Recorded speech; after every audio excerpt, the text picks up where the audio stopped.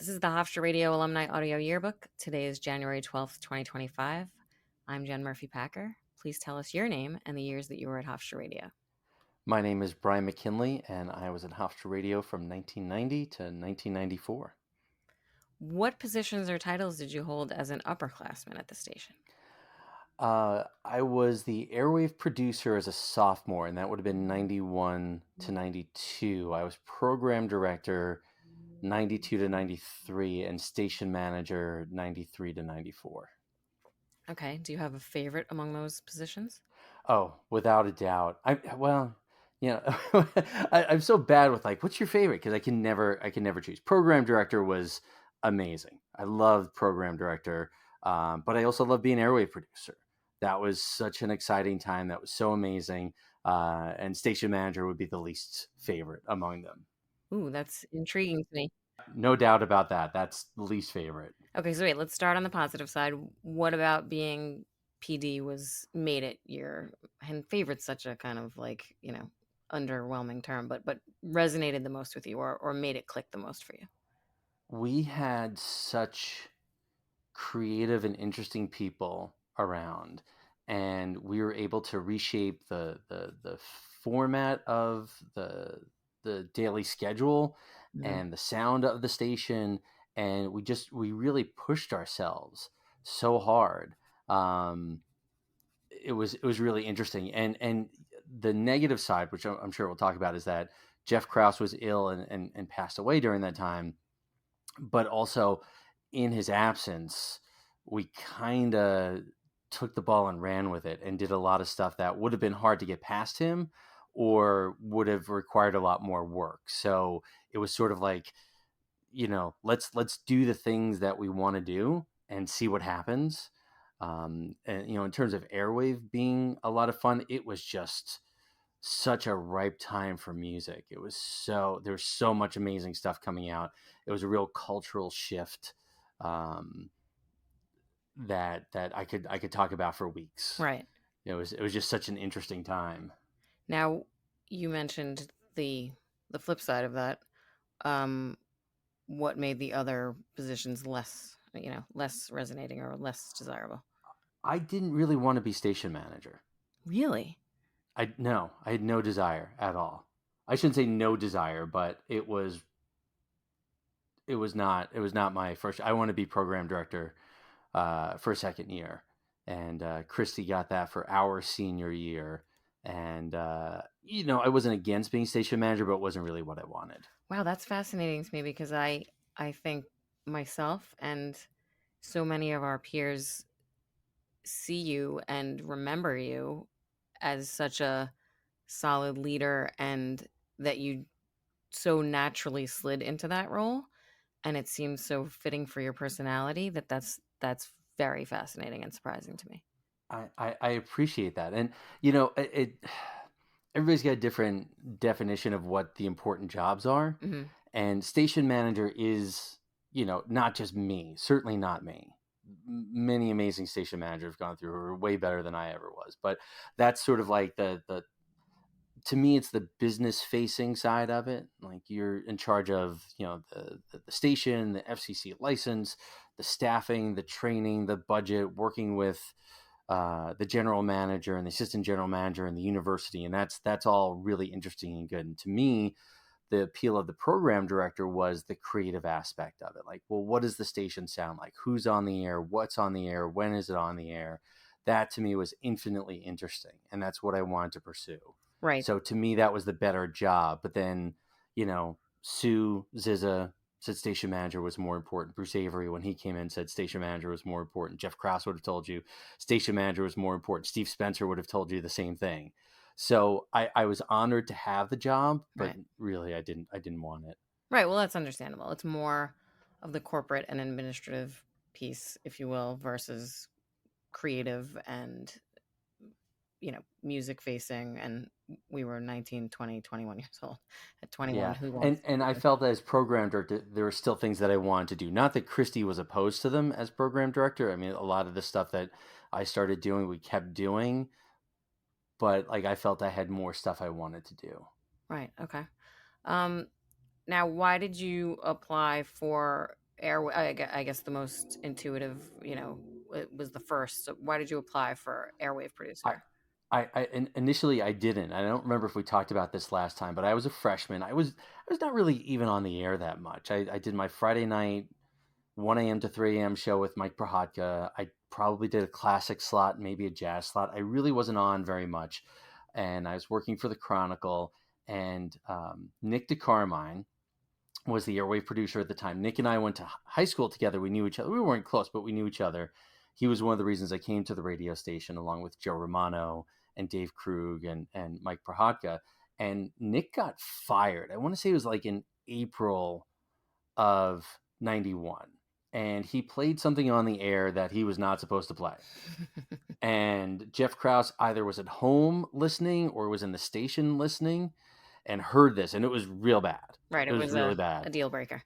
Yeah, and basically Jeff called the office and said, called the studio and said, "Come see me in the office after your shift." And I don't think Nick ever showed up. That's what I was told or heard.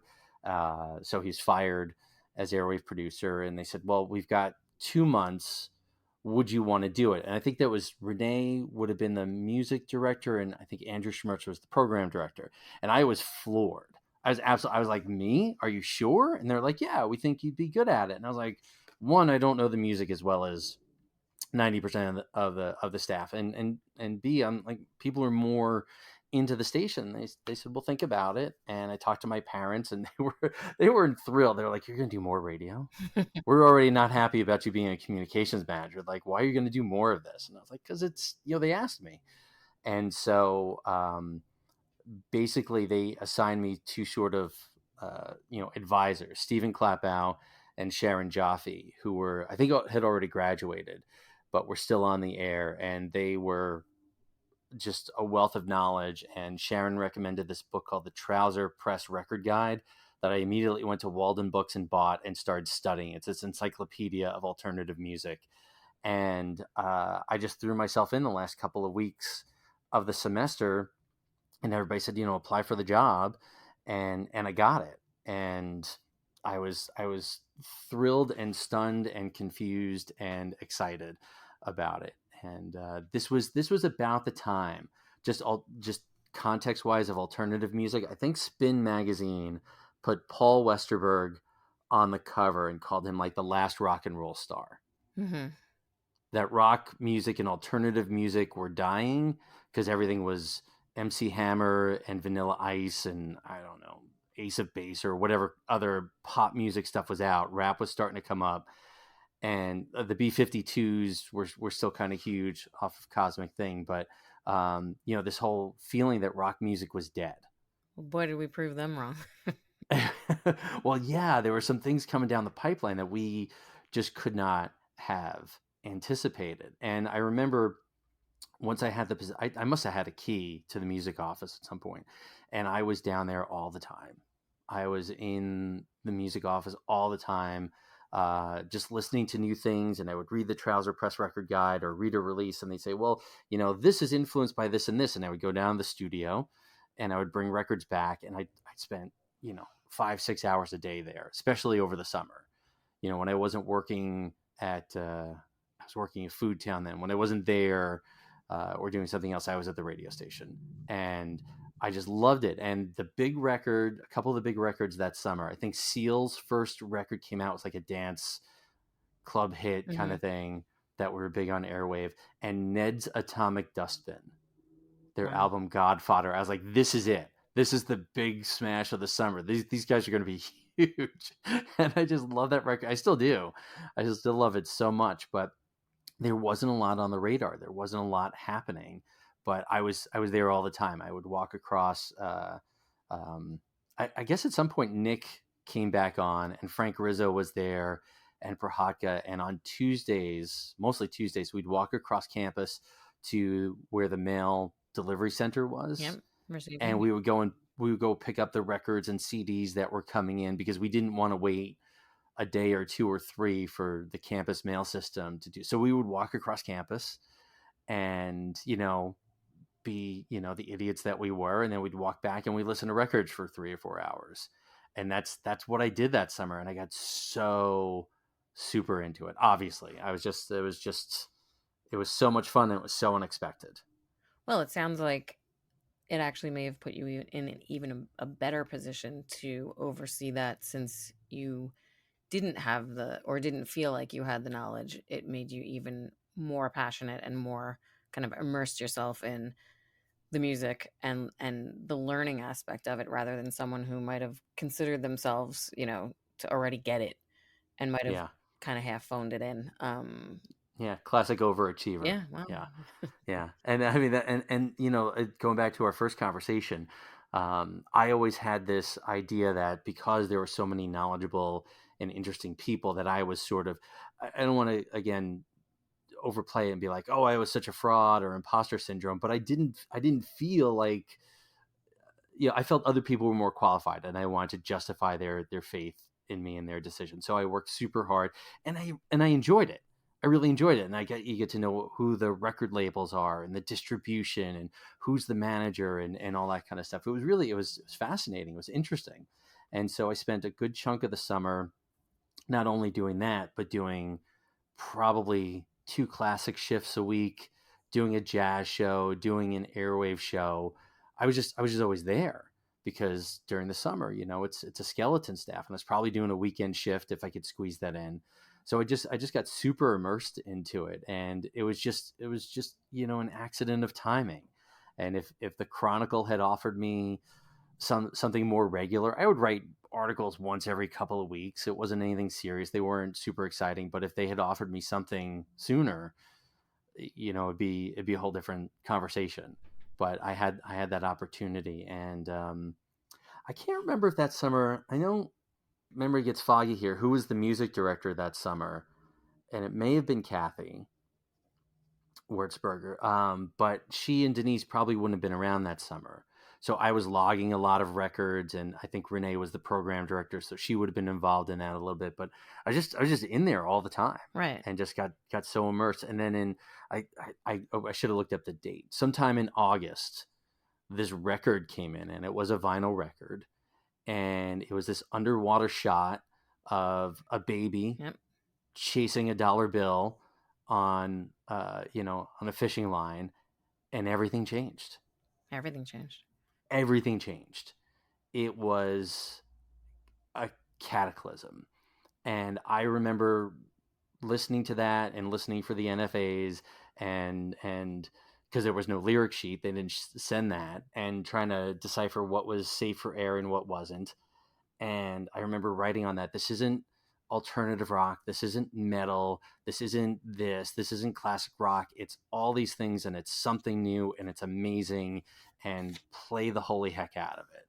And obviously, for those who don't know, it's Nirvana, it's Nevermind, and Smells Like Teen Spirit was just starting to catch on. Hmm. And it was this tidal wave, and as I don't know if it was planned this way or not, but as people were coming back to school in September, not just at Hofstra, but all across the country, this song was taking off, and it just blew our minds. It was so good. Well, it really was another sort of, to borrow a term from prior music genres, like another age of Aquarius. It was a explosion, like from there on out. Hmm. Yeah, it just was unstoppable, and everybody loved it, and we played the heck out of it. So much so that I'd have to leave, um, notes like play something other than Yep. this Yep. album. Or play something other than this song. Because at the time, Airwave was 11 p.m. to 3 a.m. It was split usually into two shifts. Especially during the school year, you do 11 to 1 and 1 to 3. And the 11 to 1 person would play it, and the 1 to 3 person would play it on Monday and on Tuesday and on Wednesday. And, we all wanted it. And thankfully, we were, you know, mostly snobby enough to not just play Smells Like Teen Spirit. We were playing everything we could get away with. Right. Well, it was And, still college the radio. demand was there, the listeners were there, and, um, so many other amazing things were coming up, but our listenership just bloomed. We had so many people calling in all the time, and any event that we went to, it was it was just overwhelming, and it was such a cool time. And I claim no credit for anything. It was just simply we were riding that wave and enjoying the heck out of it. It was so good. So good. Now you mentioned a couple of folks, Mike Prohatka, Kathy, Mm-hmm. Denise. Who were the other people that were always around, or that you worked, particularly closely with? Oh gosh. So I think that year, Renee Depew was the program director, and Karen Jean was the station manager, and Shauna Wharton was the program operations director. I don't know that John Baker was around that summer, but John was around a lot. Steve Infield was around, Frank Rizzo, Nick Carmine, Al Montag. Um, let's see, that time period. Who else? Mark Waldman was the jazz director for a little while. Maybe been program director. Jay Brayman was the sports director. Rich Berger was the classical music director. Jeff Krause was around during that time period as the general manager, and Sue Zizzo was the assistant general manager. Um, I don't know if John Gallo was still around. He may have graduated by then. He'd been executive engineer at one point. Joe Romano. Joe Romano was there. I think Dave Krug, again, who I also knew in high school, I think he was around for that's my second year. I'm not sure. He may have left school by then. But those are the names that popped to mind immediately.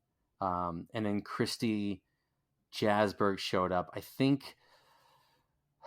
I don't remember if she came in on her own or if Frank suggested she come in or something like that. But she wasn't a radio major, but she grew up in the neighborhood. She knew Jeff Right. because they were neighbors. So she came in, and then Keith Hannon came in, and Mark Giordano came in, and I think it was all around the same time. I think it was that summer '91. And that started to form the nucleus of what would be my next couple of years, and then into your time as well. Right. We had like generations, even though it was only 1 year apart. It was like a whole new crop.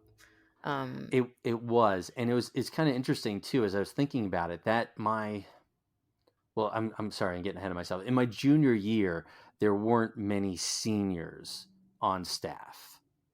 Oh, There were wow. very few seniors. It was Baker and Joe Romano and Mark Waldman and Greg Vetter and Rosemary and only a couple of others, and I'm sure we can talk about that later. But there weren't a lot of seniors. Rob Weiner, I think, is a name I remember, and I can never remember this guy's name. Just the nicest dude. If you were there in 91, 92, tall, skinny guy, always wore a jean jacket, had sort of curly, poofy hair, and just the nicest dude ever. And I cannot remember his name. I know I've Marty? asked people. Oh, Marty Fishman was around too. Marty was there too. No, this guy had dark curly hair, um, tall, skinny dude, like well over 6'2", I Oh, think. wow. I don't remember Um, either. no, I think he graduated before you came in Oh, there, okay. but just a super super genuine nice guy. Oh gosh, and how could I forget Dave Mock? No one Dave can Dave forget Dave Mock Mock. was Hall of Famer. Icon. Dave Yeah. Mock uh, was one of the steadying presences there, and again, the time blurs between each year, but Dave was obviously around, and we spent a lot of time talking about stuff. But going back to Airwave Producer, I can't remember the exact date and who it was. I should have looked this up again beforehand. But in '91, there were 4 or 5 albums that came out on like the same day. I think Blood Sugar Sex Magic and Nevermind came out on the same day. Wow. And I think Motley Crue was in there around there, and the Pixies and Primal Scream. Like the albums came out officially in like September of that year. And a couple weeks before that would have been like Guns N' Roses' Use Your Illusion. Um, and all these things were coming out at the same time. But Public Enemy and Bad Motorfinger, Soundgarden, and I think Tribe Called Quest like I someone at home is yelling at me going, you should have looked this up. And I know I should have, but they all came out at the same time. And like Prince, like New Power Generation, these all were coming out in the fall of 1991. Oh, it was an unbelievable convergence of so many different genres at the same time. Yeah, it was insanity. It was just there was no end to the good music, and we had so many listeners and people calling up. And so I'm fast forwarding in my brain to spring 92 when we did our station fundraiser. Yep. And I don't remember if Tony Jackson and Basha would have done theirs around the same time, but most of the shows, the jazz show, the rock show, which was at the time was Rock Solid 88.7, and I think that was on from 8 to 11 at the time, they'd bring in somewhere between $100 and $200, maybe, from listeners Right. calling in. And oh, call in now, and if you offer $20, we'll send you, this Spyro Gyra CD or something like that. Or this, the Van Morrison CD that we're not playing. Like, you can have this if you pledge $25. For Airwave that year, we brought in $900 and something dollars Wow, which proportionally might in not sound in a lot, but proportionally. $5 and Yep. $10 Right. increments. We had a handful of people who pledged 20 or more, but it was all like, yeah, I'll send you $5, and we'd literally get an envelope with like $4 and change in it. Yeah. Like, these were kids who were so into it and so grateful to us for playing all these things that we raised that much money. And um it was really impressive. And again, I claim very little credit for this. We had amazing DJs with amazing taste, and it was just the time. I just happened to be riding that. And one of the what did I again I'm confusing certain things. One of our goals was to raise enough money to get a subscription to College Music Journal, Mhm. CMJ, Mhm. because then we could report, and then we'd get more service from the indie record labels, which we would just go out and buy things. We would just buy 7-inch records and CDs and come in and play them. And we couldn't even make copies of them. We didn't even have a CD burner at the time. We would just make copies of stuff and do that. But we just wanted the stuff on the air. Right. So we wanted that. And then we did a fundraiser concert, which I think would have been Memorial Day weekend at Spies Dance Club in Farmingdale, which I think was on Route 110. And it was $5 a head. And oh, well, yeah, like, oh, the timings get mixed up because Scott Smolev was around for that. Scott must have started at some point.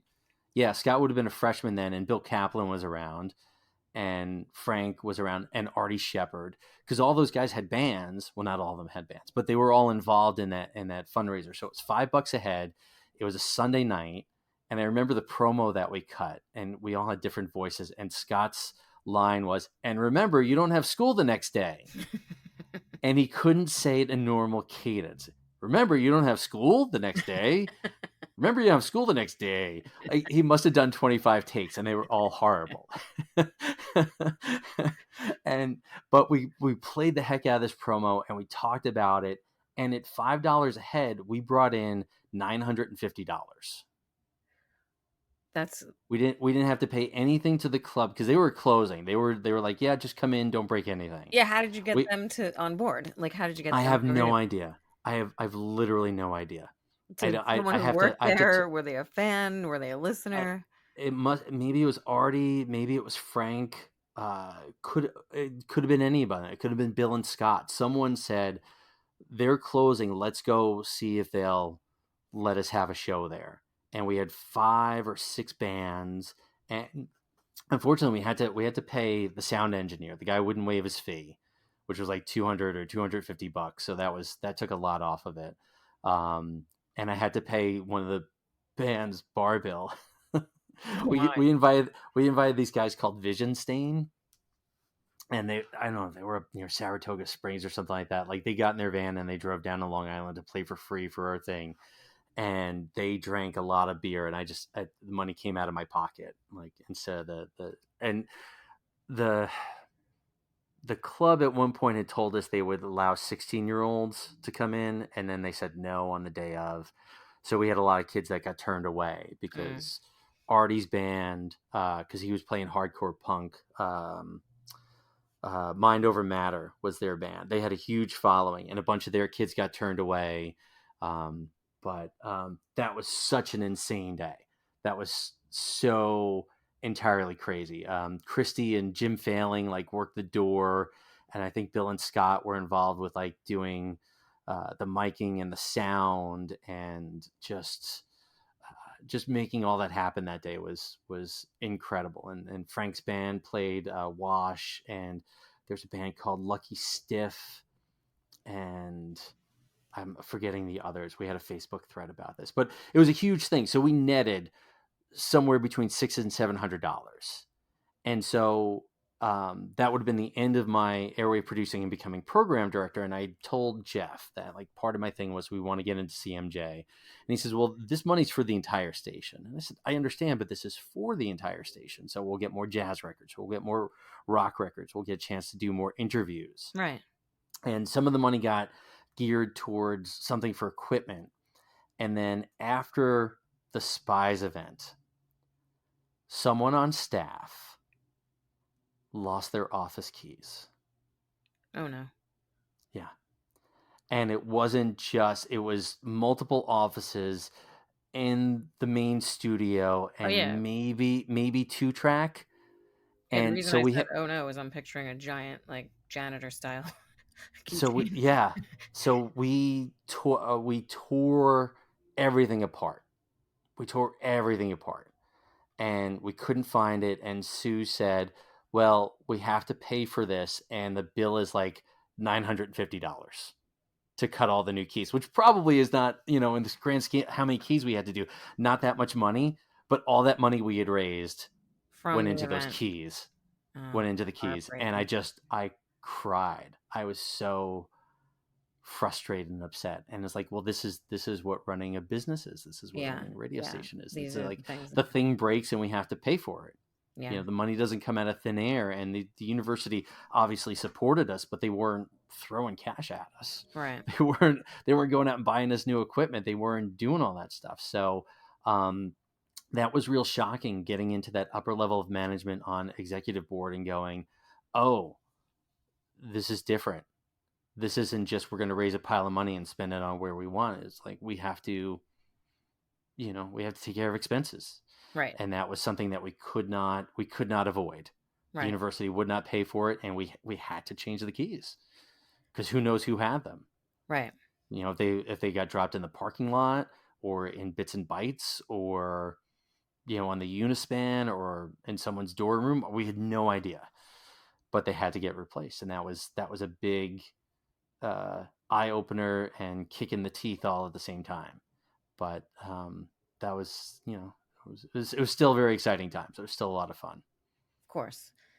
Now, you may have already just told it, but what's the story that you always tell about working at the station?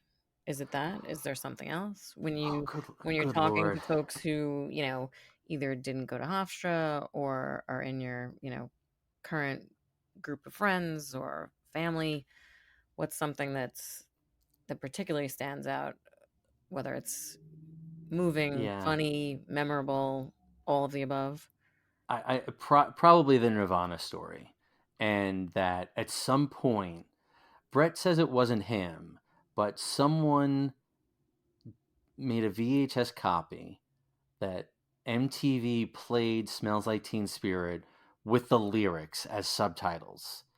And someone recorded it and like wrote it down or brought it in. And I remember we huddled around some TV there, but I also remember being in the music office and playing. It must have been that first week back at school, or the first couple days. There were probably 25 of us in the music office Standing in that tiny playing little space. the cassette single on that stereo system that we had in there, playing it as loud as we could possibly get, and just the energy that we didn't shake that whole building down like on top of us. It was so loud and so fun, and that is something I cannot ever stop talking about. Like, for our parents' generation, it was the Beatles Right. or Hendrix at Woodstock or something like that. And that was, to me, our generational moment where things shifted, and the weirdos and the kids wearing Doc Martens and flannel and had weird hair, and the emo kids, all of a sudden, like, the social structure of our culture shifted, Mm-hmm. and we were suddenly moving up, and the kids who were into rap and listening to Public Enemy and NWA, suddenly, like, we had cachet, and the kids who were into Michael Jackson suddenly weren't, at the top of the social stratum anymore. And that is what I always talk about, and how fortunate and how grateful I felt to be in that moment and go, this is bigger than anything we could describe. Right, and right on the pulse of it as it was hitting, like you said. Yeah. Like, And then all the commercial radio stations started changing, and that's over the next couple of years. But Z100 and K Rock and PLJ and BAB and all these, and NEW and all these commercial radio stations, they started shifting to the music that we were playing, and it felt like, I don't have words. It felt like being seen times 100,000 million. yeah, Like we validation. we yeah, we were the tastemakers all of a sudden, and everything that Kurt said was like, oh, I'm into this band, or I like this movie, or I like this book, and we all would just run, like, to do it. It wasn't just Kurt Cobain. It was, the scene and all these different artists, but it was, um the tastes of the nation were changed. And again, I just go back to that basement, and all of us just being super super into it. And then, of course, probably by the end of October, we were like, oh, we're moving on to other things, we're just too cool for this. But because everybody else was into it. But it was the moment, and that's, I will always talk about that. But there's probably 3 or 4 dozen stories that I talk about at various times all the time. And doing this, I've been really spoiled, because I can, Dave Koenig talking about the time that he blinded me in physics class, and, like, Brett told stories about some of the concerts that we went to, and Will and Dave and Eric and all of us reorganizing the record libraries and all this. Like, these are stories that I've told again and again and again and again, and I will. And the Jeff Krause story about, I wasn't even on staff yet. I was tracking, and he came in and asked for Bobby McGee during Joe Romano's show, and just how important that moment in that song will be to me for the rest of my life. I'll talk about that always. And and I've talked a lot of times about when Jeff passed, and the station. But if there's one thing, if you pressed me and said there's one thing, it's Smells Like Teen Spirit and all those things that went around it. Well, let's shift a little.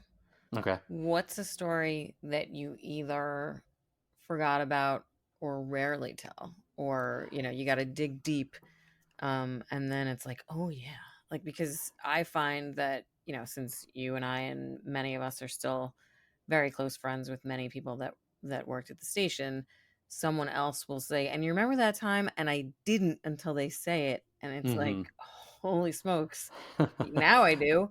Yeah. You have one of those? I have probably several of them. This is less a story and more just like a factoid. Like, most of the people that when I was there, and you were there, who were in management, lived on campus, Mm-hmm. and I didn't. I mean, I was on campus all the time, but this is my parents' house. So if someone had to reach me, they call my parents' house. And it could be Right. Sunday morning because they couldn't sign on. It could be Wednesday at 1 a.m. It could be, Tuesday at 2 p.m. People called my house. Even if I was on campus, I might be in class, or I might be hanging out socializing. So I want to point that out, in that, um, part of it was, this is pre-cell phone. Yep. No Most of texting. it, and No. Yep. and pagers, like, maybe 1 or 2 people had pagers. So there had to be a line of communication. And I got in the habit, probably at my parents' insistence, of telling them exactly where I was going to be and who I was going to be with whenever, or at least give them an idea. Because if someone called, they would say, all right, well, he said he was going out with Keith, and then they were going to go play basketball, and then they were going here, and they were going to hang out with this one, and then they were going back to the station. So they could kind of plan out, and they had the numbers of all the people on campus and the station. And so they would say either call Jen or call Keith or call Scott. And then if that doesn't work, then call this one. So my parents were part of this key communication network, and then it got to the point where, you know, someone called like, oh, I can't sign on the station, or, you know, I put the transmitter on, but I can't hear anything. So my mom had me write down all these instructions, Oh my gosh. like this mini operations manual, because, She you like know, on staff and we didn't know it? yeah, really. Or, you know, or my dad or even my sister, you know, so I'd be at work on Sunday morning, you know, at the supermarket or IKEA or wherever it's working. And someone would call, be like, oh, we're on. And like, you know, the tape player's not working, or the CD's running, but I can't hear anything. And they say, well, is the pot in program? Do you have it in Oh audition? my goodness. Do you have the fader put up? Like, they knew how to run the radio station, This you know, and fantastic. not having ever gone there. I think my parents came down like twice. You know, they didn't know what things looked at, but they had a list of things, that, and a list of contacts. Like, well, where is he now? Well, he's going to see this band here, and then he's going back to the station. And then, like, they had to be on top of all that. And I, you know, I'm sure I said thank you at the time. It probably wasn't as much as I should have, but that's a big part that no one else would know. So I'm eternally grateful Yeah. uh, Kudos to them.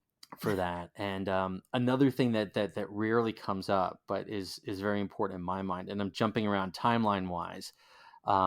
After Jeff Krause had passed, and again, I don't have the dates, but this would have been getting into, I guess, my senior year, or this maybe the summer between junior and senior year.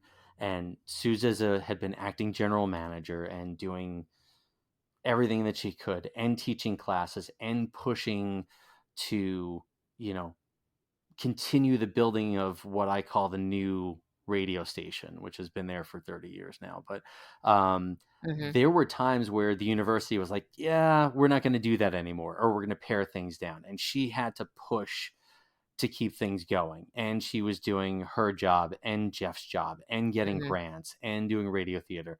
And, you know, Sue and I have had many conversations in more recent years where I'm like, I can't believe you did all that. And she was, you know, from our perspective now, she was still a young woman. She was in her, you know, mid 30s, and juggling all these things, and Yep. just how insane that was. But the point of all this is that there was an open search for a new general manager of the station, and Sue had applied, and Steve Spencer had come in to help Sue with this. And I don't want to give the impression it was that you know, I want to make sure that he gets credit for coming in and doing a great deal. And he was a tremendous help, and a great mentor to me, Hmm.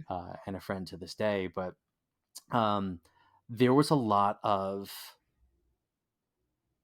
speculation and fear about what would come next, you know, in any new situation. And the idea of someone coming from outside, well, they're not going to understand how important Yep. this station is to us. And so there were many breathless meetings and arguments and discussions, and you know, I don't want this to sound like sour grapes or I'm mad or something like that, but we didn't hear anything from the university during the time, or I didn't, we as students, we didn't hear anything from the university when Jeff was sick and after he passed. At no time did anyone come to me as program director or station Nope. manager and say, hey, what do you guys need? Everything was funneled through Sue. And I don't know that Right. they forgot about us, but I think there was like, you know, this benign neglect kind of thing. And no one ever came and said, what do you guys think? What do you need? What would be good? Do you have suggestions? None of it. No one ever called us over to Hofstra Hall, or no one ever said, let's come down and have a meeting. There was none of that. And there was this real sincere fear among many of us that all the things that we worked on and all the things that we did would maybe not be there, when a new general manager was Hmm. hired. And ultimately, as we know, Bruce Avery was hired, and he came in January of 1994, and clearly, he wasn't a fly-by-night guy. As much as we may have feared that at the time, he obviously put in his time and put his passion and his heart into it. But we just didn't know, and it was so scary. It was really scary, and Yeah. the staff, I mean, you were there, and Eric and Pete and Will and Steve Infield and Bill and Scott and Jim Mundy and Christy and Dawn and Al and Mike and all these wonderful people, and Keith and Mark and Kathy and Denise. I'll keep going, but all these wonderful people put so much into it. We put our souls into this, and we didn't hear anything. We had no guidance whatsoever. Right. And it was coming off of a very painful experience of losing Jeff. So it was a double, Yeah. losing Jeff and then really, pun intended, radio silence Yeah. is scary. Anytime you're in an information vacuum is worse than, even if it's information that you have to cope with that you're not happy about. Not having anything sometimes can be worse. Yeah, and I don't know that we would have offered them anything that they needed or wanted. Things work out in the end. The station was always on. We kept the station on the air, and we made the station better, and we started winning awards. And then the next chapter started. That's not something that most people would have any idea about. Sue and I have had conversations off microphone about things that happened or didn't happen during that time period, and so grateful for her efforts, and for Steve, and for people like Dave Mock and Jeff Foss and Clapow and Sharon. And then, of course, your Bosches and Tony Jacksons of the world that kept us afloat during that time period. But, where the station is now and the amount of university involvement and support, it's wonderful, and I love it. And I'm so proud of them, and so amazed by it. One of the things that was hard, and I've talked to a number of people about this doing this series, is that being a student manager, you are managing your peers and sometimes people who are older than you. And in the Yep. course of changing the format as program director and station manager, we fired people, or we took their shows off the air. And that was not always done in the most professional and compassionate manner. We were kids, and Well, right. How could it be? there were people that we pushed off the air, and some of it was, handled well. And some of it was like, look, you haven't shown up the last 3 weeks, or you've had the show for however long, you're off, and we're replacing you.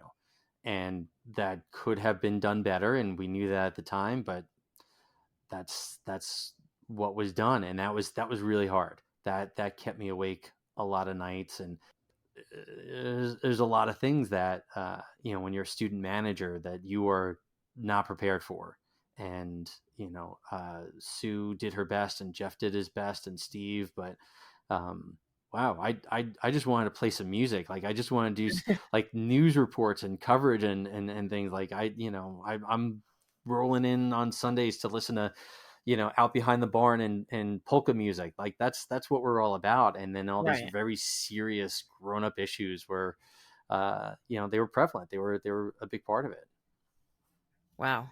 Yeah. And so I guess going back to earlier part, like the program director stuff was really where I felt really interested and comfortable. And then the station manager stuff was like, well, all right, I got to make sure people are signing their timesheets. I got to make sure that this vendor gets paid. We got to order up this phone line for that. And it was all that adult grown up stuff that Right. I wasn't necessarily as interested in.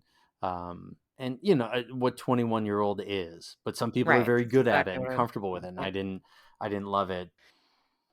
Now, if you had to choose whether it's a piece of music or an event or one of these stories or anything that really would define, like a defining Hmm. element of your time at the station, like sort of not a summary, but is there one thing that kind of encapsulates your career at the station? I, the through line to me is this new music and creative challenges. Hmm. And being surrounded by wonderful, intelligent, creative people. That's my big thing. That I really wanted to do a local band show, and I kind of muddled around with that. And Beaker, John Kay was another one who was around. Um, we kind of started, and I was doing something, and then I turned to Todd Packer and Eric Hewler and said, "Do you guys want to work on this with me?" And they were like, "Okay," because that's how they both talked at the time. And then suddenly they turned it into this amazing thing where not only were they on the air with local bands every week, but they created a network, they created Mm-hmm. a support system, they created a culture. And all I did was plant a seed and pour some water on it and occasionally check in to see if there were any bugs on it. And that to me is amazing. That's I couldn't be Yeah. more proud of that. Or In studio shows. I mean, like yeah, unbelievable live stuff. bands Yeah. coming down and Yep. playing, and people like seeking out Todd and Eric and Debbie Lom in public and be like, "Hey, I heard you guys have this show. Here's this cassette. Here's the CD. Do you guys want to come to the show?" Like that's to me, that's the whole through line of my time. And it's not necessarily something that I'm responsible for, but that summarizes. And whether it Smells Like Teen Spirit or Gerald Bear or Mm-hmm. whatever it might be, those are the things that constantly challenging and trying and changing the morning show. I claim no credit for that. When Good Morning Hofstra started, it was Hofstra events, Hofstra PR. Jason Levy and Mark Renee, they would do a 20-minute segment and then loop it. And then each year it got progressively a little bit more freer. And then by the time I guess I was program director, that might have been Al and Keith that year, or Al and Dave Faupel. I can't remember the years. Or Joe, that maybe that was our senior year. Joe Romano and Vanessa Kalinowski and someone else. Like it got progressively more interesting. And I wasn't necessarily doing anything for the morning show other than saying, "Do you guys need something?" Like, "Oh yeah, we could use someone to do this." All right, tap this person. Or do you want someone to do this for you guys? Or do you want us to produce more stuff? And they would go, yes. And in finding people to do those things, that to me is the through line. That's the story of my time, is creating opportunities and then finding the right people to do them. That was really interesting. And when we created the Rock and Roll Oasis, Rock Solid was a really tightly formatted, great classic rock show. But as the Red Hot Chili Peppers and Soundgarden and Public Enemy and Nirvana and Fugazi are all coming out with these new records, the rock show Mm-hmm. had to change. Yep. And so Frank Rizzo and Steve Infield and Greg Vedder and Will Shelley and Todd and you and Baker and all these people came in, and Kathy and Denise, we all like made it into something new. And we expanded the format, and we didn't want to do commercial rock radio because it was Right. on 5 different stations in our listening zone. So we made it something new. And I'm not claiming credit for it.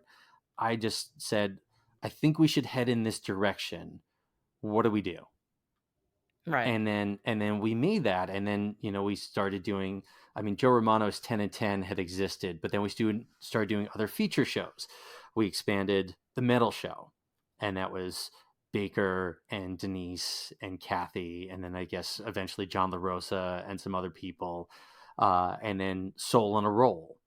I don't remember if Butch started that. I think someone else I started think he. Soul on a Roll. I don't know. I associate him with Yeah, it. there's a guy named Mark Healy who did an Airwave show, and then he was super into that rhythm and blues stuff. I think he might have started it and Butch took it over because I think Mark graduated. And then the Dead Zone and Koenig's show, although it didn't have a title, like he did his own thing. Like people had Yeah, voices, people had things that they that's wanted right. to do, and we found ways to make it work. Yeah, each slot or each version of the Oasis even had its own flavor. Whether Mm-hmm. it was, like you said, Dave, Will, myself, like everybody's was a slightly different flavor, which is Yeah, which is great. Everybody had something that they brought to it, and I was really proud of that we were very supportive of each other, that we were constantly challenging. Hey, have you ever heard this thing? Have you listened to this? Do you know about this band? It was always encouraging, and it was always a sense of adventure, and let's have fun with it. Let's have Absolutely. fun with it, and that's the through line, and that's or like doing Anarchy on Sunday nights, Hmm. which was again, Rock and Roll Oasis was a placeholder name that was not supposed to last, and I think it's still on the air. Is It is. that Anarchy was like, we who how are we going to get someone to do Sunday night 11 p.m. to 3 a.m. For whatever reason we were having trouble keeping an airwave shift open, so we're like, let's just make it free format, Right. and Just blow we it up. we, we could everybody wanted to do it. Everybody wanted to do it in some form or another. We never had, as far as I remember, we never had trouble filling that slot, because people were like, "Oh yeah, I'm going to do that. I'm going to play Sex Pistols and Frank Sinatra and Ravi Shankar, and just have fun with it." And that was the neat stuff about it. Yeah, I think there was even competition to get that. Like that was a Yeah, coveted slot. yeah. Once it was around for a while, it was definitely uh, competition for it. But I think that was in the new place after I had left. It was harder to do that, because I think once Brett called me up and he's like, "Hey, let's do a show." Like I managed to get an Anarchy slot. Come and do the show with me, and it was a ton of fun. Now, you're sharing, so much of how involved you were in all aspects of the station, from Mm-hmm. the music to the administrative piece to, you know, programming, whether it was a music show or the Mm-hmm. morning show or the news with Dave Mock, all aspects, and the management piece and the administrative piece and interfacing with the Mm-hmm. university and leadership. Was there ever a time, despite how involved you were and despite how integral to the team you were, that you thought about leaving or stepping back? Once a week, if not more. Say more things.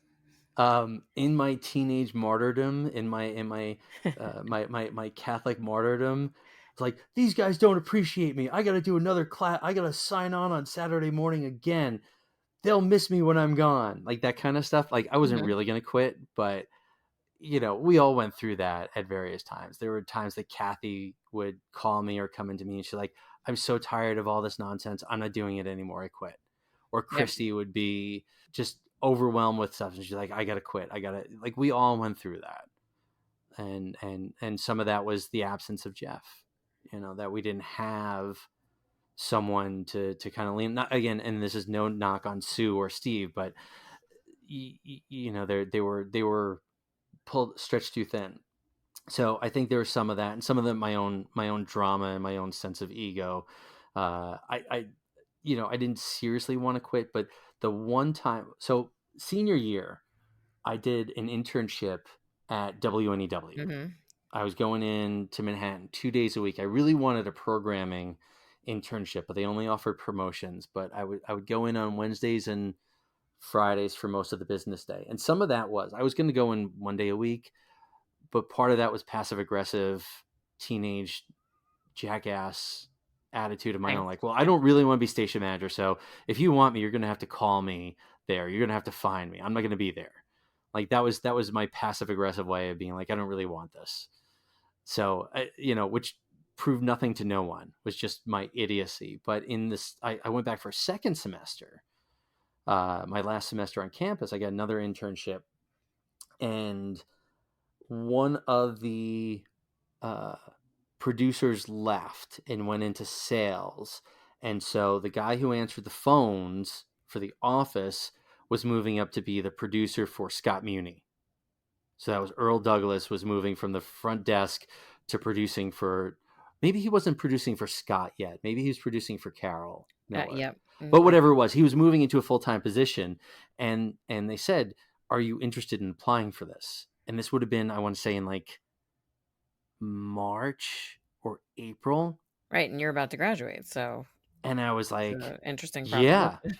Yeah, I will go and work full time answering phones, at the desk, and I went to Bruce, had a marathon meeting, and at the end of it, I said, I got to talk to you about something personal, and I presented the situation. I says, if they offer me a job and it's possible, uh, I might take it.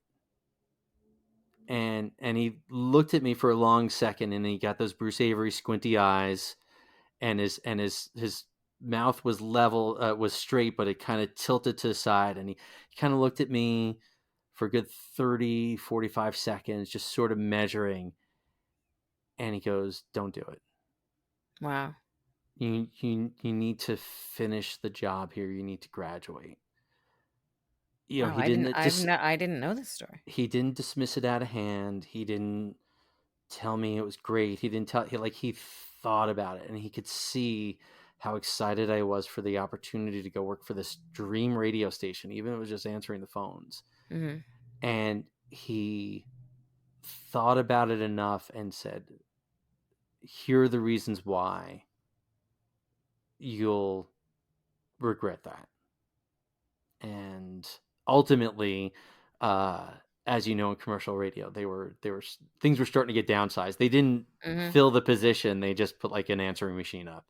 The station moved, and they changed the formats, and everything went bad after that. But he said, you don't want to do that. You want to stay here and finish it through. And I had conversations with my parents about it. Yeah, that was sincere. That would have been the last couple months, I Wow. think. That's a real sliding doors kind of moment.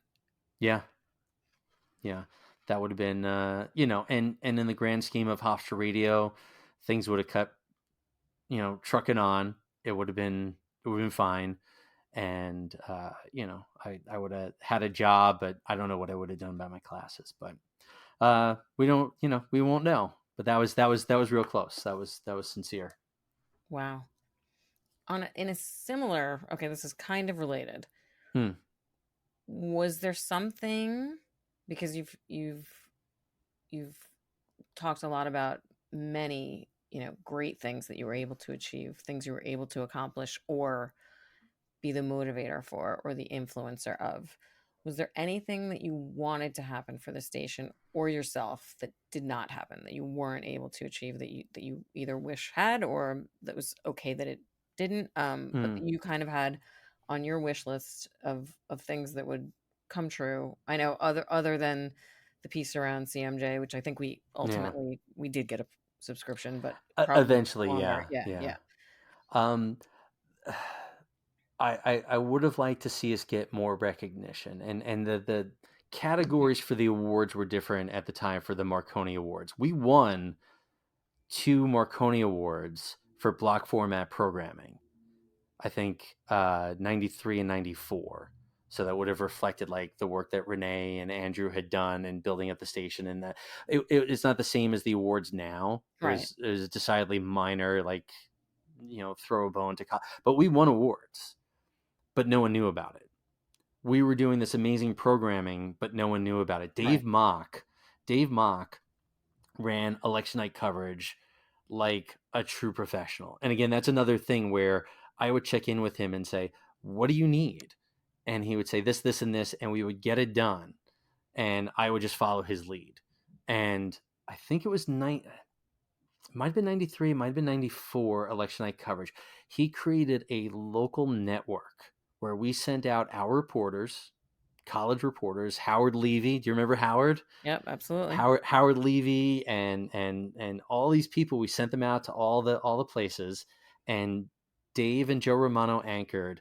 But we've sent our feed to Adelphi's radio station and Post radio station, and I think Nassau Community and GBB and several other commercial stations. Dave created a radio network to rival anything happening commercially in the tri-state area, and it was good. It was so good, and nobody knew about it. Yeah. You know, if Dave were still here, he could talk to you about it for days. and Joe and I had conversations about this, and I'm sure Sue would talk about it. But and Bill Kaplan and Mark Giordano, like these, like all these people have stories about doing this stuff. There was no means of getting the recognition. There's no social media. There was, you might get a little paragraph in Newsday acknowledging it. All these amazing, wonderful things that we were doing, and it's not like we didn't try to get the word out.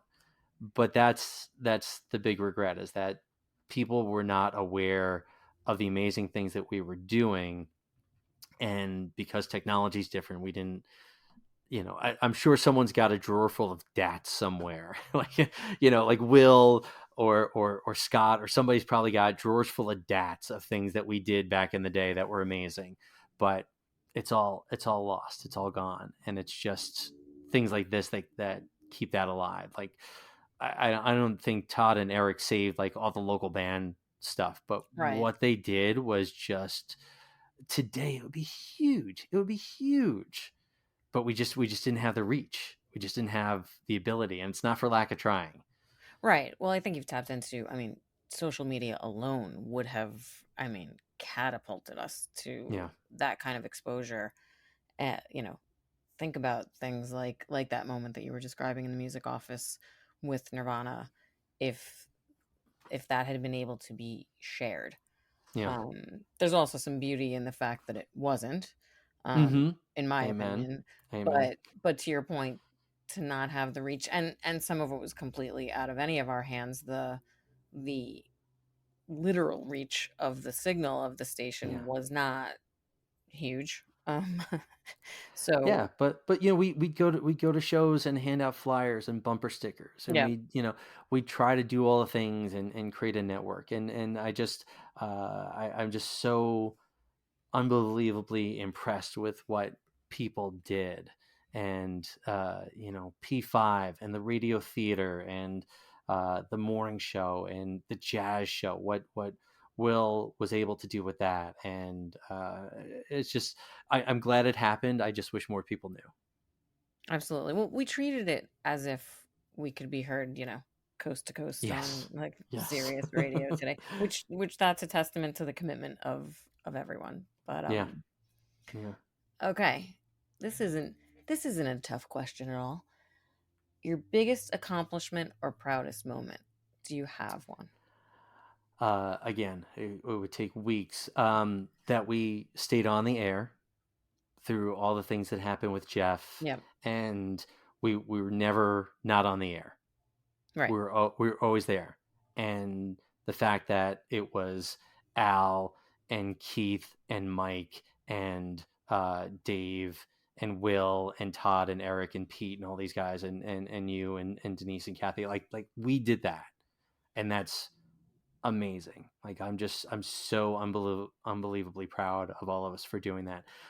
In terms of the things that we made, the local band show and the morning show and the election news coverage and the way the Oasis came out, like I'm so proud of, like just the fact that we made space for people to do things. And then eventually, I think when Christy was program director, she had her Christian rock show, and Brett and Nick had their soundtrack show, and I think Nate, oh, what was his last name, Nate the Great, he did a jazz show, and then I think he started working with Jeff Foss on Yes. Saturday Yes, nights. you did. And even something like no one else would possibly remember, I'm gonna blow some minds right now, the Janice Buckner Learn Along show and the Soul of Alas with Teddy Savalas. Like, we made good programming Yes. available to a lot of people, and some of it was in the works before we got there, but we made good programming, and we kept it all alive. And in a different era, different time space, we would have won a lot of awards and got a lot of recognition. So I'm really proud of all that, just being part of it. Let's take things a little bit lighter. Well, Hmm. not that that was particularly dark or anything like that, but what's the funniest thing, or, you know, uh, a screw up, a joke, something that happened, that still makes you laugh to this day? I think we laughed like 80% of the time. I would concur with that. I think there was always something fun going on. And again, I've recounted some of these in interviews with Will and with Koenig and with Mark and Keith and Alan. These guys, we just constantly laughing, constantly. But um, two quick stories. I think Kathy must have been music director, and Use Your Illusions came out, the Guns N' Roses double album. Mm-hmm. And they sent us a ton of promo stuff. Like we gave away CDs and records and T-shirts and stuff like that. But we kept, like, they sent us so much, we had trouble giving it all away. So we kept some of it, and I still have the vinyl records that I took. I think Denise took the CDs or something like that. But there's a song, I don't remember which one it's on. It's called "Get in the Ring," Okay. where Axl is calling out the metal magazines and the music media and the lies and the controversies. And there's a stretch that I won't repeat here, but like he calls out Bob Guccione Jr. over at Spin Magazine. It's like, all you guys lies, starting controversies, get in the ring. And he's cursing up a storm. It's like, we'll kick your bitchy little ass, punk. And Kathy and Denise and I remember we sat in the music office listening to that over and over again, memorizing the whole thing and just laughing and laughing and laughing. And to this day, if I hear that song, because I've got it on my iPod and it comes up once in a while, I will text or call Denise and I'll just say, I'll kick your bitchy little ass, punk, and just laugh for days. It's just so funny to me. It's just so unbelievably funny. It may not be to anybody else, but I remember that. And there was another incident where Bill Kaplan was doing a jazz show, and we're having a bad thunderstorm, and the EAS, maybe it was the EBS, came up at the time, severe thunderstorm warning and 40 knot winds and things like that, and it goes over the air and we register it. And Bill calls me in the office and says, "Hey, I want to play Riders on the Storm by the Doors." I said, "No, it's the jazz show." Hang up on him. He calls back, "I want to play this." "No." Hangs up, calls again, "I want to play Box of Rain." "Bill, just play a jazz show. Play there's a, I gave him a couple of suggestions of jazz covers of these things. Wouldn't be satisfied. So I go back to work and I hear the music office phone ring, and Nick is in there and Frank and maybe Scott. And I hear them talking and laughing. And one of them comes to the door and looks at me and closes the door, the main office door. And I'm like, what is happening here? This can't be good. So they had hatched a scheme to have one of them go into the announcer booth and call on the phone and pretend to do a live weather report from the storm from their house. Oh my. So I opened the door. I was like, "What are you doing?" And they start laughing and they run down the hall. So I chase them down the hall. There's 4 or 5 of us running down the hall, and Bill's doing his jazz show. And, we opened the door, and they literally tackled me and held me on the ground while Frank went into the announcer's booth. And we're all out of breath. And he locks the announcer's booth door, and they call, and they put him on. Bill puts him on the air. It's like, "We're going to our correspondent live in, Freeport, with this weather report on this terrible, terrible storm." And Frank's out of breath. And he's like, "Oh, it's so windy and gusty out here. Pardon my breathing. It's very gusty. And, the trees look like they're going to snap, and there's going to be flooding." And they're doing this whole thing. And I'm literally I've got the key in the door and I'm wrestling it open, and they're pulling my hands away. And they do this thing live on the air. And it's just like, guys, we have an FCC license. We can't do things like this. We can't do this. and yet it was hilarious. It was so fun. It was so funny. And it was just, this creative spark, and there's no real plan and there's no safety net. And just stuff like that happened all the time. Like, let's do this dumb thing and see what we can get away with. And so there's dozens of memories like that just make me laugh in so many ways. We just always had fun, and it was always interesting. Always. Yeah. I mean, there's probably 15 other things. The time where the campus closed because of the snowstorm, and we went and rode the Bits and Bytes trays down the hills of snow. Excellent. Excellent. Just all these things that we probably should have, walked away with broken arms. We just had a ton of fun all the time. If you were near the station now, Hmm. and called to do an emergency fill-in show, would you do it? Technology They is not they a they factor. would have to lock the door to keep me out. I would do it in a heartbeat. That's In a great. heartbeat. Yeah. Me too. I'd probably do an airwave show, maybe a jazz show, maybe both. Yeah, I do any of it and all of it. I would read for Newsline. I would do any of it. What do you miss most or least about the station? It's the creativity, and the challenging, and so many of the things that I read, or the art, or the music I listen to, it's all influence. It may not have come directly from there, but when you're sitting around on a Tuesday night, talking music with Steve Infield and Steve Spencer and Greg Vetter and Will Shelley, and you're just like just amazed, or just all the people, like let's go into the studio and mess around and see what we can do. Let's see if we can record a station ID speaking backwards. Let's see if we can hook up all these. It was just a constant creativity, and always being open to it. And you don't know at the time how unique it is. And I don't know that any of us appreciated it enough. In my experience, everyone always said, yes, let's do it, unless it was like, oh, I need you to read the news in a serious manner. And then, someone would flip me the bird and be like, no, I'm not doing it. But in the creative pursuits, everybody was willing to do the things. And then when you get into a commercial radio station, or you know, quote unquote real job, that permission's not there. And in fact, I ran into plenty of positions where people like, I perceive you as a threat, or I don't like your view on Mm-hmm. this. I'm not Yep. going to let you do this, or I'm not going to tell you how to do this. And that was a real uh, kick in the gut when I started working in radio, where people are like, I'm not going to allow you to do this. I'm not going to allow you to learn. I'm like, Yeah, how can that be? We're doing creative things. Why wouldn't you do it? we were so lucky to not have.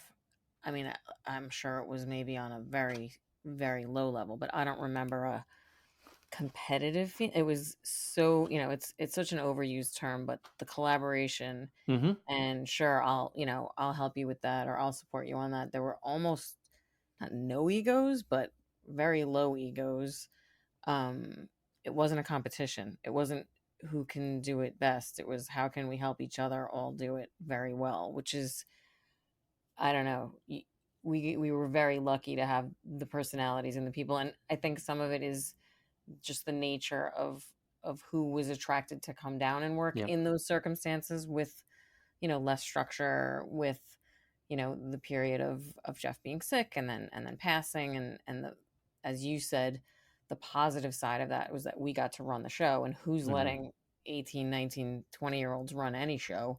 But I mentioned this, I think, when you and I chatted, um, that puts a certain amount of pressure in a good way, that you have to step up and Yeah. really do your best. But the other piece of it that you're mentioning is everyone was willing to help each other and support one another and chip in any which way. It didn't matter if you were primarily, on the jazz show and somebody asked for Mm-hmm. help with the Oasis or Airwave, or vice versa. It was just sure, Yeah. sure. I don't remember a lot of no's, No, if no, any. we'd come up with an idea for a promo, and Judy V and A would be in the office, like, will you voice this? And she'd go, well, I don't do that show. It doesn't matter.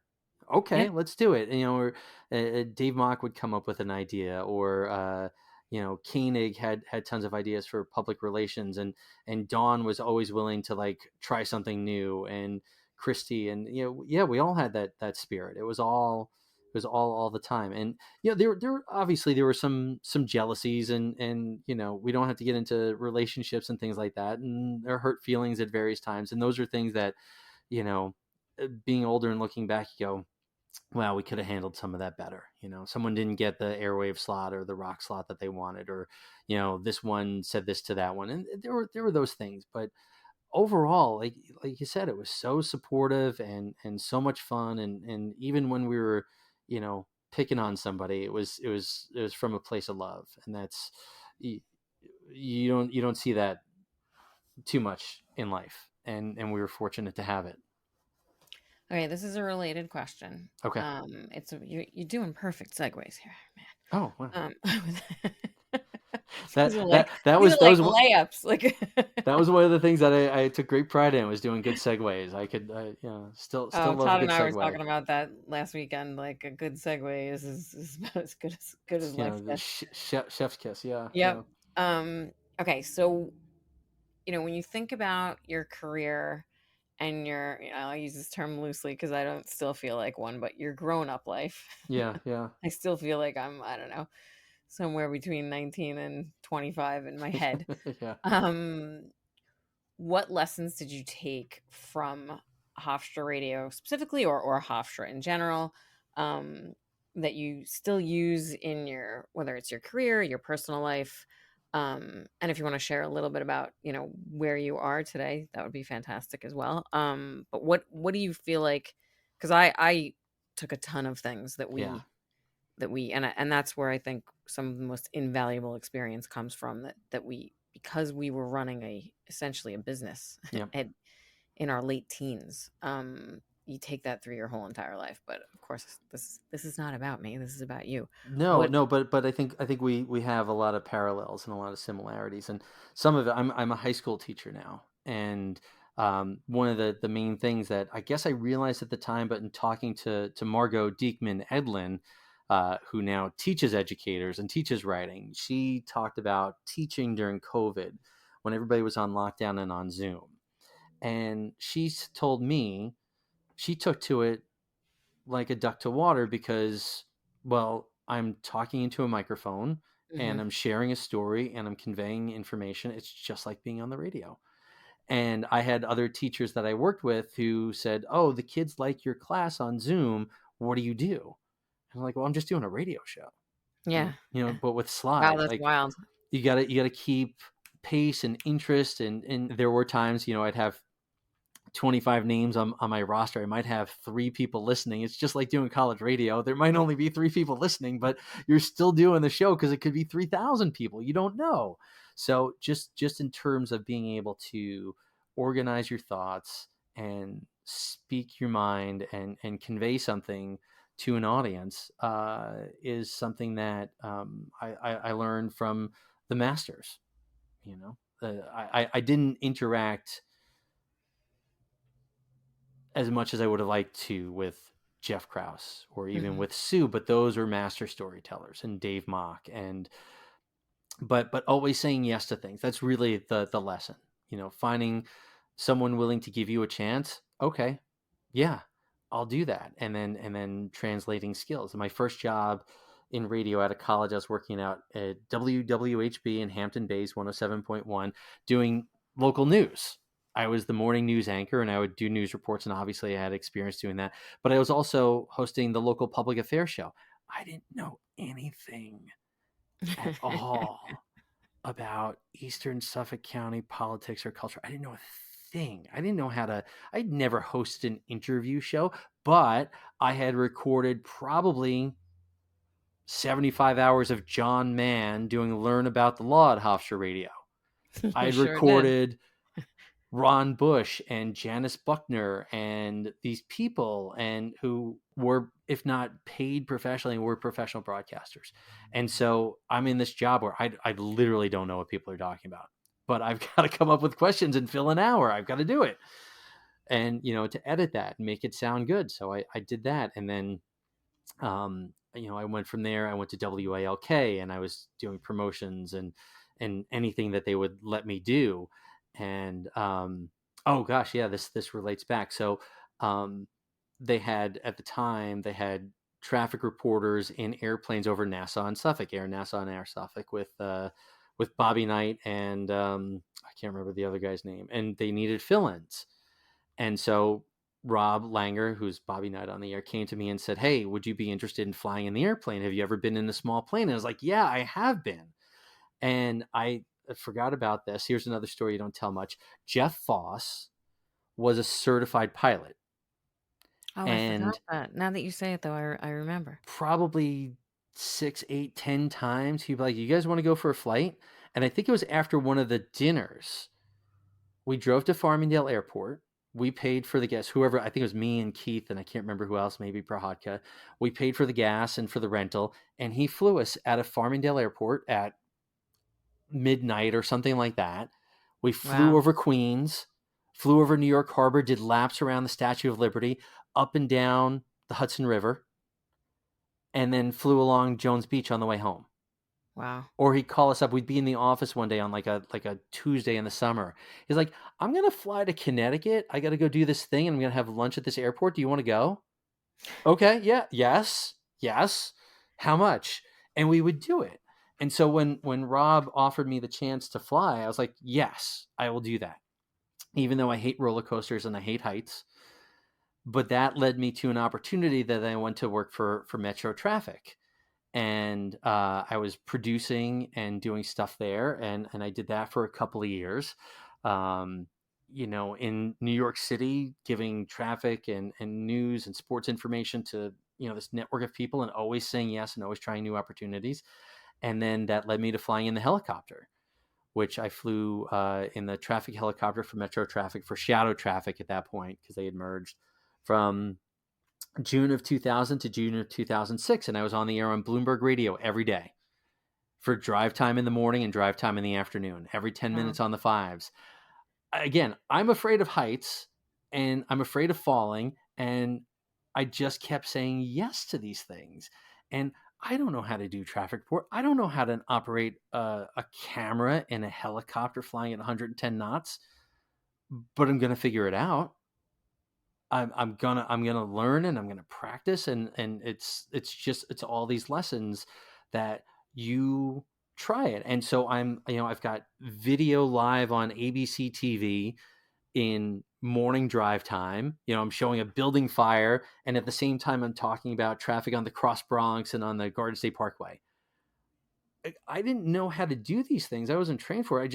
You figure it out and you try, and if someone asks and you say, yes, I will do that. I will try it.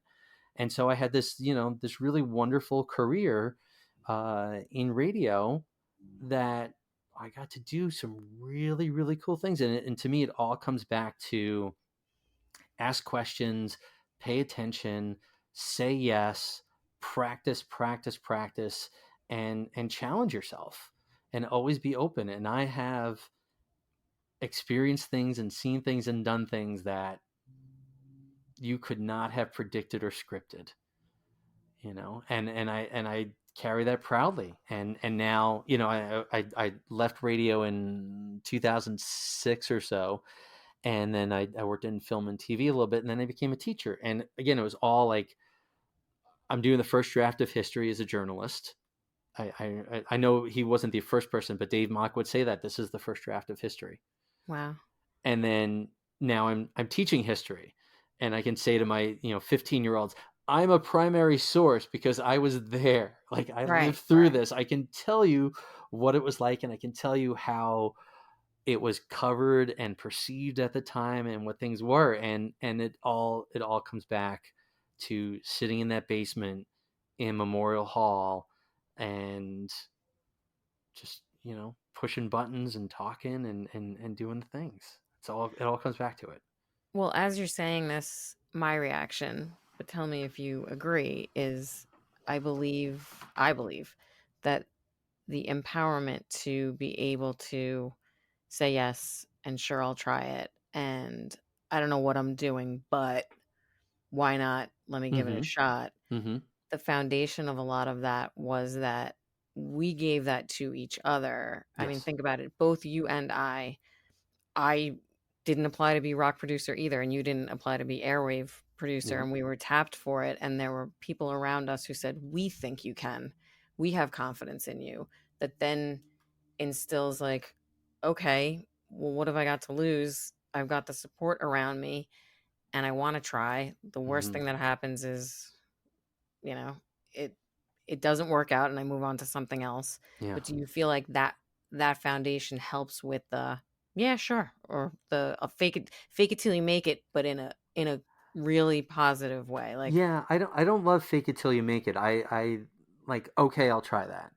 yeah, That's yeah, I and think that's what I that's mean. more I mean, yeah, appropriate. I mean the spirit of it is that I mean I don't know anything about, East End politics, but I'm going to immerse myself Yeah. until I do, and I'm going to try it. And on my first day, I might be slightly, maybe not faking it, but in the deep end before I'm ready. But I'm going to do whatever it takes to step up. But the empowerment to even feel okay saying yes in the first place comes partially from all of that support that we had and were surrounded by. Yes. Yes. I was. It's funny looking back at like my application to be program director. Like, that is a cocky kid. I don't know where that came from, but I was so shy and so unsure of myself. And the fact I don't I think my 4 years, my time at Hofstra would have been a complete waste if not for the radio station, because my classes I agree. I didn't do the other things, and I was just kind of drifting, and the fact that Mike Prohatka said, let's do this. And that Joe and Nick and Dave were there and were encouraging, and that Renee Depew and Andrew Schmertz would encourage me to do stuff. That gave me so much confidence that I did not have otherwise. Yeah. I did not have it. And that, and now I think back again about that application for my essay or letter or whatever it was for program director. And there's some line in there about like, we want to change the formatting of the jazz show one way or another. And Jeff wrote in his script, well, which way? And I remember that question in an interview, and Mm-hmm. I would have crapped my leg, without the experience and the support of people. I would have been like, I don't know. But in that moment, I remember I said, well, what I would like to do, and I think I have the support of others, is to shift us more towards this kind of sound with these kinds of artists and away from this, because it will be more appealing. And like, I had an answer and I was ready. I Right. remember that clear as day. And I to this day, I'm still scared of Jeff. I'm still intimidated by the man, and I regret not being able to work more directly with him. But that confidence was not something that was in me. I got that from, like you said, all the people saying, "We believe in you. We think you Mm-hmm. can," and that's shaped the rest of my life. It's It's so every good. single day since then. Yep. It all comes back to that. Well, and I just want to clarify one thing. You just said that if you feel like if you had not worked at the station or immersed yourself so much that your 4 years at Hofstra would have been a waste. And I said I agree. I did not mean that your 4 years would be. I did not agree that your years. I meant same. I feel the same way about my time at Hofstra and my time at the station. So for anyone listening, I do not believe that Brian's 4 years at Hofstra would have been a waste any which way. I just had the same experience. The same. So uh, just a little that's good. That's note, good. That's programming note. that's very Okay. funny. That's funny. Two final Oh questions. boy. Okay. They are going to sound identical, but are not, and I'll Okay. explain that. All right. I don't want to hit you with both at the same time because, attention spans in 2025 being Yeah. what they are. So I'll make the first one very specific, and then in the second one, you'll get why they're almost the same. What advice would you give yourself if you could go back in time, given your knowledge and experience today, but specifically about working at WRHU, your time at the station, whether it's as a leader, as an on-air person, as a friend, any scope of, but specific to the station. Let's keep it to that. So, what advice would I give to myself at 18 about working at the station? Yeah, or 21, Hmm. or 19, or 20.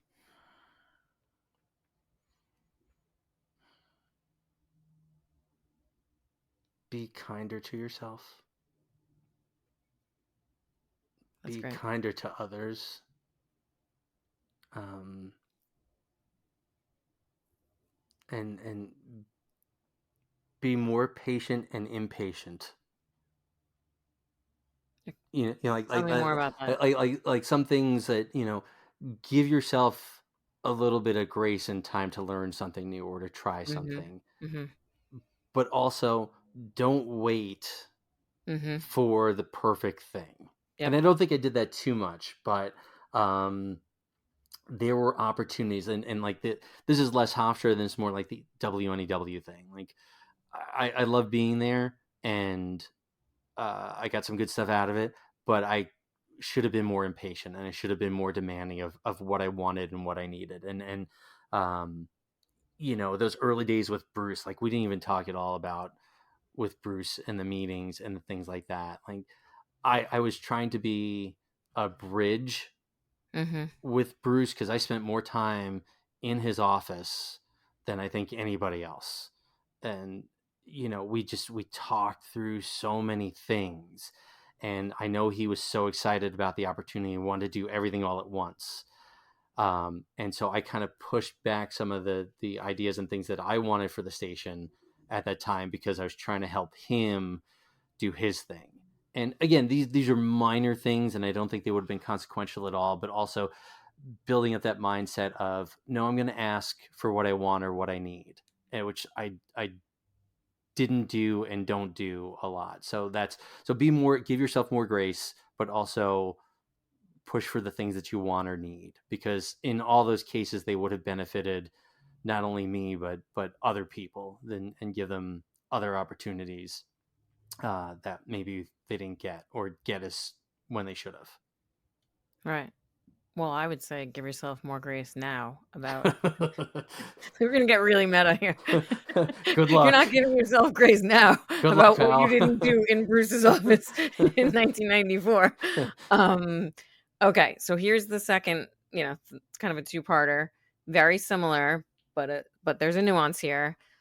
If you could walk up to Brian McKinley on graduation day in 1994, what would you tell him? But this can be broad. This can be anything. This is still advice, thoughts, like, how, ad- things that you wish you knew then, but it can be about anything. um, That we kept to the station. This can be about anything, or it can be similarly related. But I think there's a little twist there. There's a little. yeah, yeah. I think it's along the same lines as be kinder to yourself, uh, be more of your own advocate. I've taken a lot of risks career wise and otherwise. So being that shy, unsure kid, like I think I kind of learned that, but more of that, hey, I'm here doing this job and I want this opportunity. And if you're not willing to give it to me, to move on. And there's a few occasions where either that or to step up to someone who said, I'm not going to teach you how to do this because I don't want to compete with you for a job, to stand up a little bit more for myself Mhm. and say, no, I want this opportunity. I'm going to do this and I'm going to pursue this. I think that would have been the advice, because I was somewhat naive. I thought these opportunities are just going to keep coming in, and I'm going to hand them out. In the time that I was in radio, I always tried to bring in people from Hofstra, whether it was at Mhm. Metro Traffic or at Walk. Like if there was a job opening, I would call that person immediately and be like, hey, come apply for this, or recommend people. And I thought, because I had that instinct, at Metro Traffic, Adam Chandler came in, and Dave Koenig, and a bunch of other people. Like, yes, I'm going to bring people along. I assumed that would keep happening for me, and it didn't. And those opportunities weren't there. And I would have benefited from the advice to knock on that door, make that phone call, show up at that event, and make yourself known. And that would have probably served me a little bit better, Okay.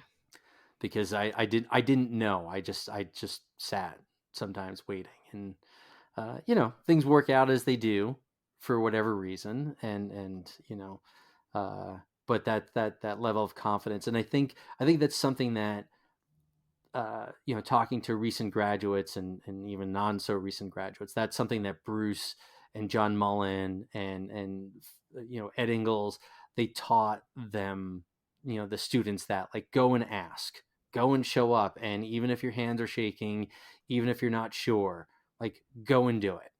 And I didn't have that confidence, I didn't have that coaching, I didn't have that network to reach out to someone and say, hey, I'm looking for a gig on weekends, or I'm looking to do this. Or, I'm applying for a job over here. Like, do you have any advice? I didn't have that. And I think a lot of us didn't have that when we left Hofstra. I think there was a gap for a while where there wasn't a support network. Um, and more recently, I think a lot of that is Bruce's guidance to say, here's how you go and create a relationship. Not necessarily just going to ask for a job. Hey, how do you should reach out to Todd Ant or Mark Ernay. These are good Mhm. guys and professional broadcasters. Just go get to know them. I worked with those guys incidentally, just as things go, or in the same markets and things like that. But I didn't have any guidance or training about that, and that I think they've done a much better job in the more recent decades of doing that. And I could have used that kick in the butt at Yeah, well, 22. I agree. I think as much as you mentioned earlier, we didn't have a tremendous, safety net underneath, like, but there was more as an undergrad than once you graduate. It's just sort of now you're really kind of on your own, and I think the station does a much better job of that today. Yeah, no, they're fantastic, and the talking to graduates from the last 10 years, like, they know what everybody's doing, and they root each other on, and they network and help each other out. And again, it's different with social media and other things, but they've been trained and encouraged to do that, and they're all fans of each other. Like, we were all fans of each other. We just didn't stay in touch, or went in different directions. And someone moves out of state, or someone moves here, and you kind of lose track of it. But that's, yeah, that would have been my advice when taking off the cap and gown, is go knock on the door, show up, and be there, and be ready for the opportunity. Well, this has been fantastic. Before we go, I feel like we would be remiss. Both Scott Smoliv and Bill Kaplan have come up in a lot of your stories, Yeah. and they both live in the Los Angeles area. And by the Mm. time this airs, hopefully things will be much safer there. But just wanted to send our heartfelt best out to them and their families, and hope that they're safe and that everything is, like I said, much safer by the time that everyone gets to hear this. But our hearts are with them. This has been fantastic, Brian. Thank you so much, as always. So great to chat, and hope we can do it again. Yeah. Thank you for enduring all the stories. It was a lot of fun, and I'm sure we've got hours more worth. But this was We this was awesome. Thank you for doing this. sure do. Thank you. Awesome.